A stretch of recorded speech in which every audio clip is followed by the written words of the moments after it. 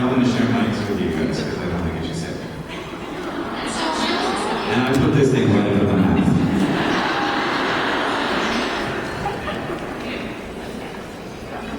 That's what I'm saying.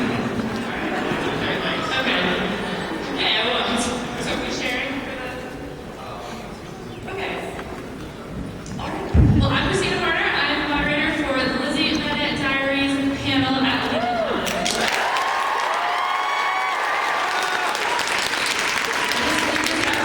So it feels kind of like a reunion, guys. For those of you who don't know, Lizzie Bennet Diaries is a modern adaptation of Pride and Prejudice in web video format, and it's super awesome. And I'm going to start this panel by letting our beautiful guests introduce themselves and let you know what they do on the project.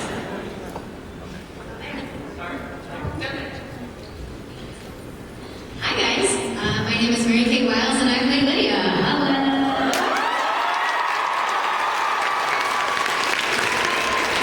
I'm Ashley Clements and I play Lizzie Bennet. I don't think for you guys decided that this was a good idea. Hi, I'm Bernie Sue, I'm the head writer and director of the show. Hi, I'm Laura Spencer and I play Jane Bennett. Hi, I'm Julia Cho and I play Charlotte Liu. So where exactly did the idea for this project come from, and how did it get started? I had thought for a long time that it would be a really good idea to tell a story through video blogs, because John and I, like when we do, and when other vloggers make videos, there's sort of like two ways to do it. There's like just talking about your life and what's interesting to you, which is basically what John and I do, with sort of smattering of entertainment mixed in. And then there's like, no, we'll do like a sketch, or a lot of the fiction-based stuff is comedy sketches. But I thought it would be interesting to actually take the video blog thing and use it to tell a story. And I had a lot of different ideas for how to do that. And initially I wanted to like write a thing that was from scratch that was about a high school, and there were all these people who went to the high school, and there was a girl who wanted to take her girlfriend to the prom, and there was drama about it, and it was like really convoluted, and I realized that I didn't have the sort of ability to create a story like that from scratch. And that's probably a way to like launch the idea of this. And so then I played with a couple of adaptation ideas. The first one was the Diary of Anne Frank, adapted into a video blog.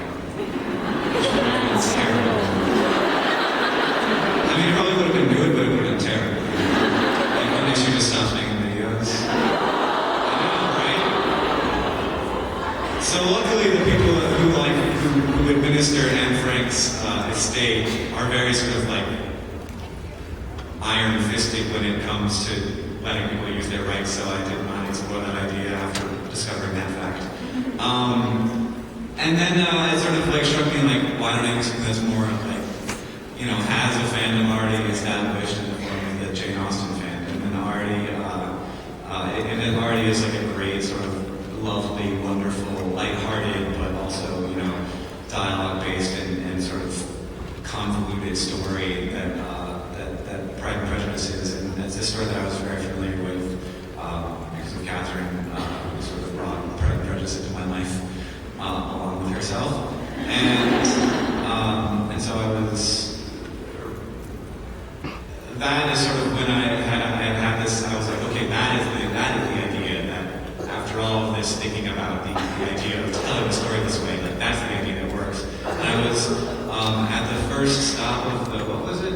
The detour. Yeah, the detour in San Bruno at Google, or YouTube headquarters.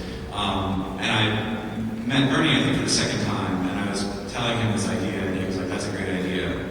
We should do that. And I was like, okay, let's go. And it was right before VidCon, so there was a lot of stuff to get out of the way before we started doing this. This was all the way a long time ago, and it's taken a long time to come to fruition. And it's one of my only ideas that has sort of like, I've had the idea, and there's been, you know, years before it actually existed, and so it's really, like, really wonderful to see it existing now and to see people being passionate about it. So, and Bernie, what did you think when I pitched this to you? I asked you a lot of questions. Yeah. I mean, the first question you remember asking me was, could we tell a story or adapt it onto YouTube as a YouTube series? And the first question I asked you was, is it a web series or is it a YouTube vlog series? Knowing familiar with your work, you said, of course, it was a YouTube vlog series. So it's like, she speaks to the camera and vlogging and interactive. And these are things that are very different than a lot of kind of what they call traditional web series, where it's just third person or it's like chopped up TV shows or chopped up movies. Not that those are bad things, it's just a very different way of storytelling. And then it became questions of logistics and all that stuff. But I mean, I pretty much knew it could be done after being, set the concept. It was just a matter of limitations and how you do it and how are they vlogging to each other all the time to tell the story? Does that even work because they don't know each other? Whatever what they each thinking and all that. But that you could tell the story for 3 hours, which not. But that's pretty much it. I mean, from there, it became really just a good partnership of meeting of the minds.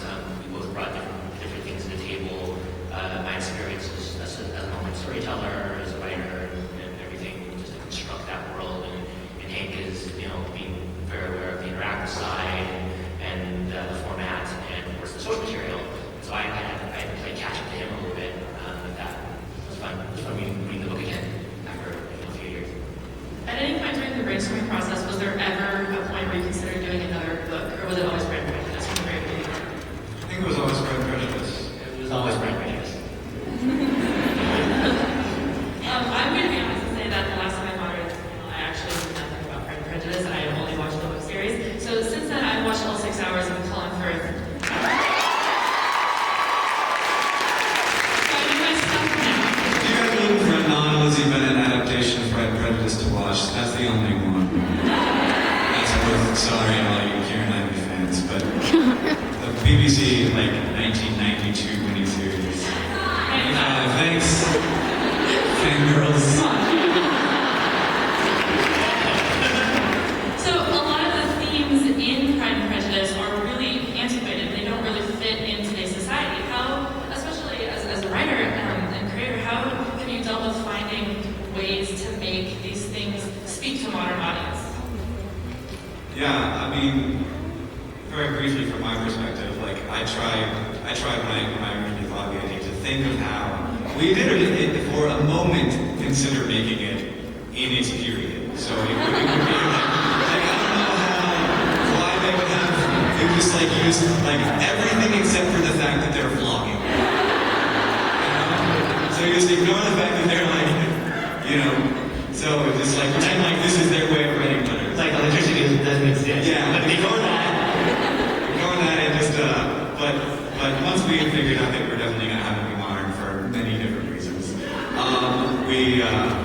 just sort of thought of the themes are antiquated, and certainly a lot of the plot is sort of based on the fact that it's really hard to get from one place to another because you're in a freaking carriage, and you can't. There's no cell phones and there's no Facebook, and so people don't know as much about each other as we do now, and so.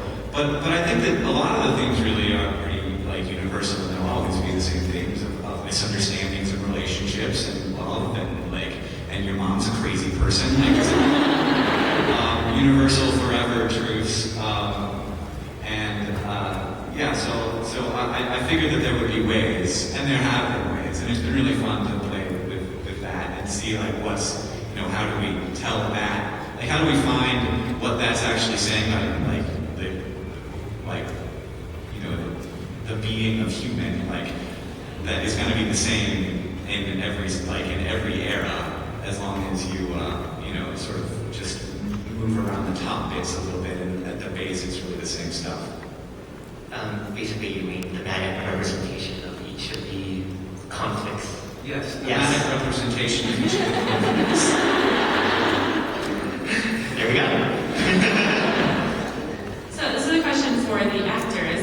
How do you guys prepare for your roles, and are there any aspects of your characters' personalities that you struggled with finding a modern thing for?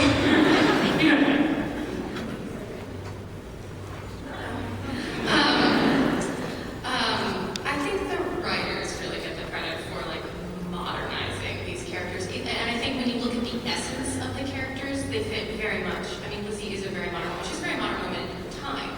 So it's not difficult to sort of imagine her in a modern world. It's just that the circumstances around her are different. Lizzie today would seem incredibly demure and polite if we didn't update her. So it's just a matter of taking that kind of essence of questioning things, of defying things, of following her own path and not caring about other people's expectations, and then what does that mean today? How do I prepare? I'd be lying if I said Lizzie's a stretch for me in any way. Like, Lizzie and I are a lot alike, and my version of Lizzie is kind of an extreme version of my personality. I like to think that I've gotten to the point where I'm less judgmental than Lizzie, but it's certainly something that when I was younger I had to learn. I had to learn that as well, and I look forward to Lizzie learning that. I can't see you guys over there, so I don't know if you're wanting to talk or not. I don't know, again, yeah, it's the writers, but I think all of us probably had some sort of understanding of Pride and Prejudice before we even auditioned. I mean, it's, you know, as a woman in America that goes to school, you have to read it. And men, I'm sorry, always read it too. But we're all women, which is why I said that.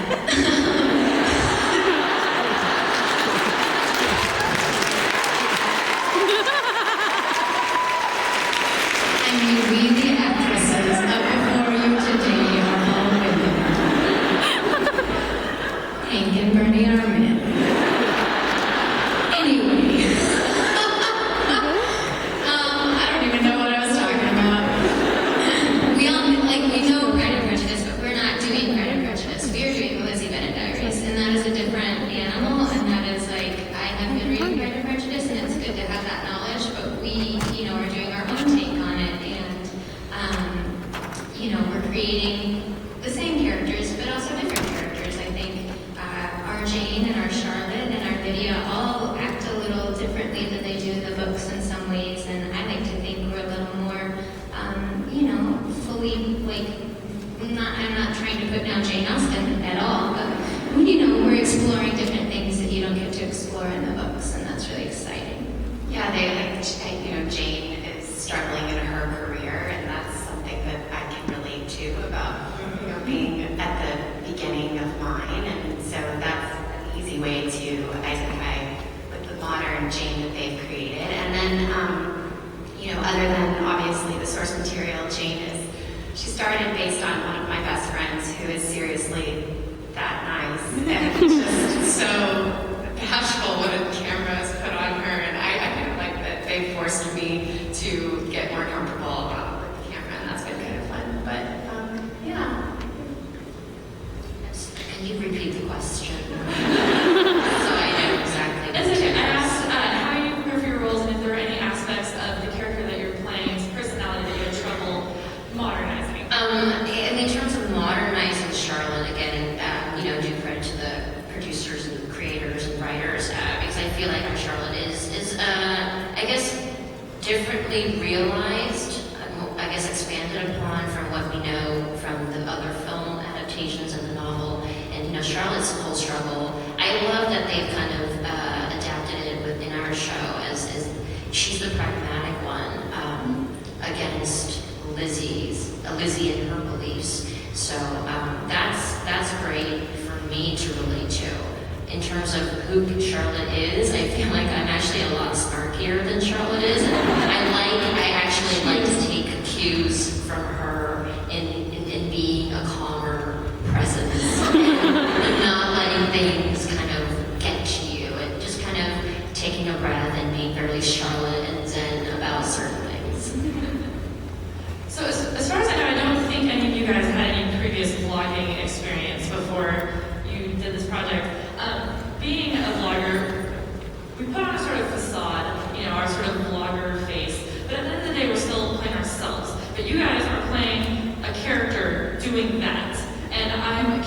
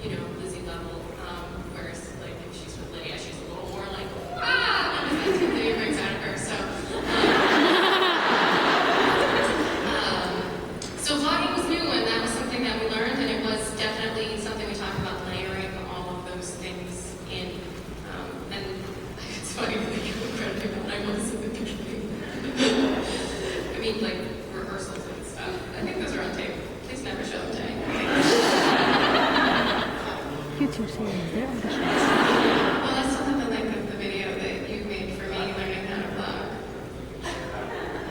I think we all want to see that. We've seen that like 10 times. Yeah. I'm curious what you thought of that. I got the first rehearsal of Ashley being Lizzie, and I was like, I'm gonna send this person a note. She's a video blogger, and I didn't think of it that I was doing that. It seems kind of like a jerk move now. And then I was like, here, actually. But yeah, I made a little video that was like, here's what you don't have to concern yourself with. Like the space between takes is absolutely just like, it's just, you don't have to worry about that at all. And the way that you talk is a little bit different. And just thinking, because most video bloggers, we edit what we shoot. And so we know, like we're thinking about the editing while we're shooting, which is a different experience than an actor, because actors and editors don't even like share a room together in the real world. When I'm shooting for a video, like the way that I say my S's is different, and the way that I enunciate is very different. Because I know that when I'm editing, it's going to make it easier. So what was that like to get a note from me that was like, this is video blogging is different? Did you hate me? Well, also, we had never spoken before. Like, never, no conversation. That's my boss, okay. I didn't hate you. I actually thought you hated me. I was like, oh god, oh god. Well, because, I mean, Bernie didn't tell me really exactly what, like, we showed up at the first rehearsal, he was like, do this, and then he was like, no, not like that. And I really, I didn't have a concept of what he was talking about until I saw it. And then I went home and just watched, non-stop talking for, days. So by the time you sent me that, I had already...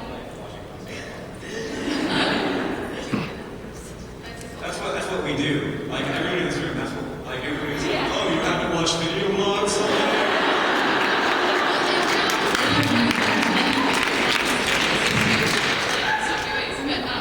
No, I was so nervous. But by the time I got the video, I knew what I was doing wrong. And so then I was like, I know, I'm sorry, I know. I'm really, don't fire me. It's really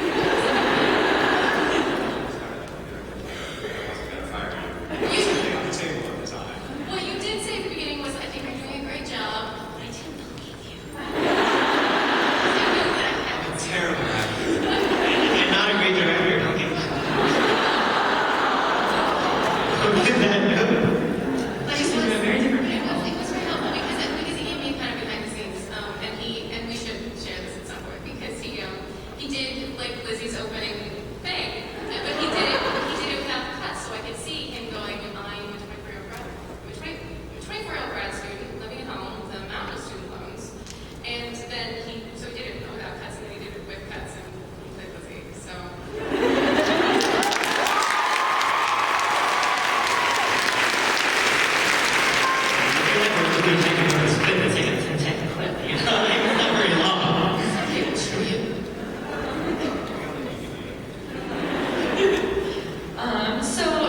Seeing another field art was very exciting, and seeing Lizzie at VidCon was very exciting. I'm curious if Lizzie is ever going to take the camera actually on location somewhere. If she's actually going to use a handheld camera and not just talk to a webcam. Is that something that you can talk about or answer? So, we've taken her to places already. And so, the second part of the question is the handheld. And I think we as a team know the answer to this in the sense it's that if you get her to be a handheld vlogger, it's a very different beast of a show than a fixed camera vlogger. It just really adds all these complicated things like choreography and shot lists and bigger crews and more actors and stuff. So I think it's one of those things where it's like if you're following me on my Tumblr, right, and I talk about behind the scenes, it's like creative versus economics. It's like one of those things like, yeah, it'd be cool, but it'd be really hard. You don't have any resources. And we'd rather just make the show as it is, really as well as it is, and keep that level of quality rather than doing it by adding all this other stuff. But I'm never missing that, I'm just thinking this right now. We haven't thought about it at all. Yeah, we got to see Lydia do a little bit of that in her little daily life.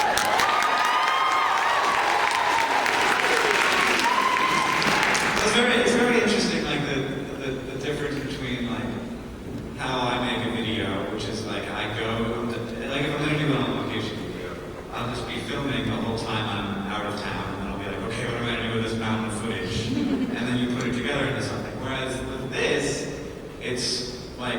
you have to write it beforehand, so you have to know what you're going to do, and you're like, okay, well, we have to get X, Y, Z shot, and it's just very different. And it's kind of frustrating for me, coming from this place of like, just do it, just like get the footage and figure it out.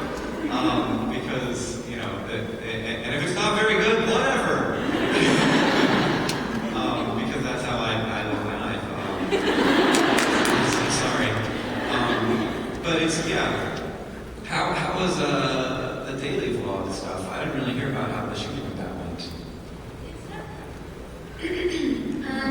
Well, first of all, I want to say, like, it's not really my place, but I kind of like that about the show, that it's always this one particular thing and that you have to see the characters in that context. I think it's very, like, it makes us do creative things, and that's cool.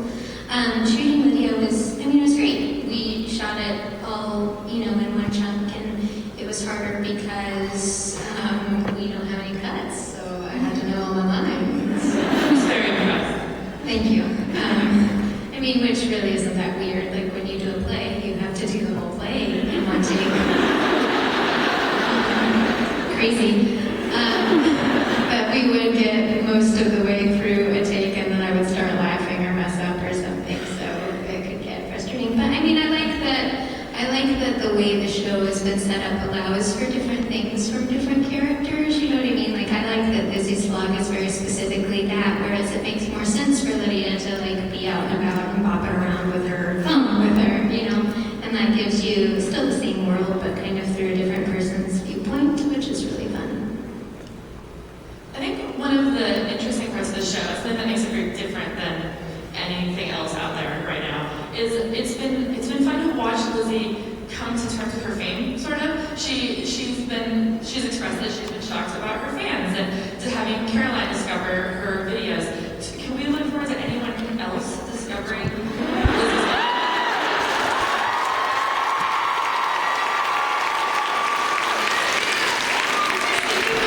Specifically?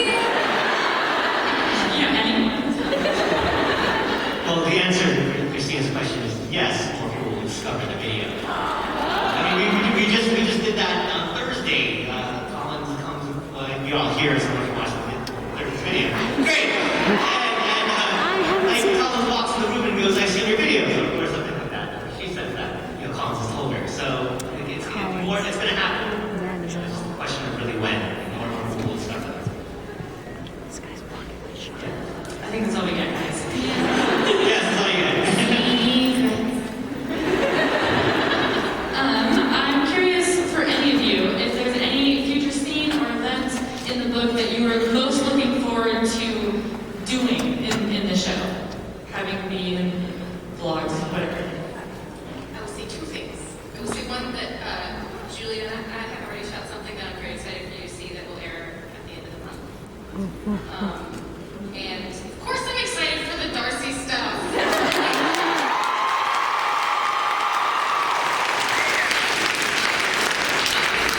Big fan. I have been for a long time. I heard Darcy. I know some stuff Lizzie doesn't know. And I'm super excited for that stuff to happen. I'm excited for some stuff also that I'm excited for lots of things. Good answer. I don't know what we can give away, or you know, but some upcoming stuff with me and Jane will be very interesting. I think on the Yeah, so you know, it's like, I think that's going to be interesting. I think that's going to be interesting to see how we tackle that, and I'm actually looking forward to that as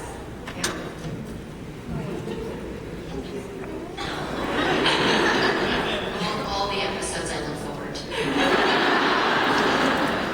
Well, I think we can open it up to questions now. Well, we can try to raise a question. Yeah, I'll keep your question. Just shoot away, Christina. There, yes, you. How many of your staff is with writing and camera people? How many people work on this other than just you saying?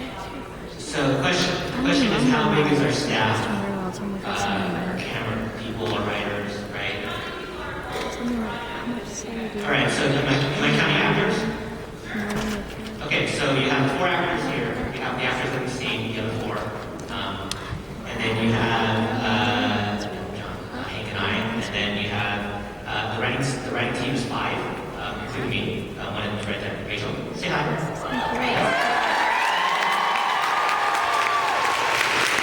And then Rachel also wrote the Lydia arc, which is awesome. And we have producer Jim Powell. I direct, so I take that slot. Basically, where's the camera to make sure like everybody's in focus, like it's pretty, so I don't have to worry about that stuff. Yeah, we have a production designer who builds the sets. We have an editor, AD, assistant director. We have makeup. We have 2 trans people, which are the people who kind of handle a lot of the interactive stuff with us. I do that as well. So I mean, we're talking upwards about 20 people now. And it's going to just keep going. And the more and more we do, like the more and more threads we do, the more and more people need to be on the show. But your question, to answer your question right now, 20-ish.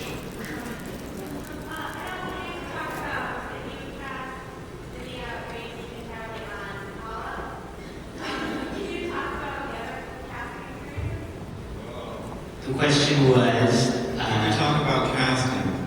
the casting experiences. Hey, how's it like, the casting experience for you? I hate casting. Casting is like, here's a list of 2,000 women. Pick. It's just terrible.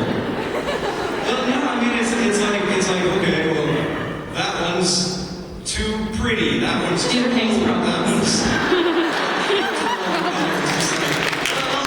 Let's be fair. I mean, being an actor, I guess, I've been in Hollywood in the industry for 5-6 years now, and I respect actors so much because they're at the mercy of stuff like that, right? And like something they can do. Like when we did the open call for these 4 roles, I think it was like 4,500 girls submitted. I know there was 4,500 different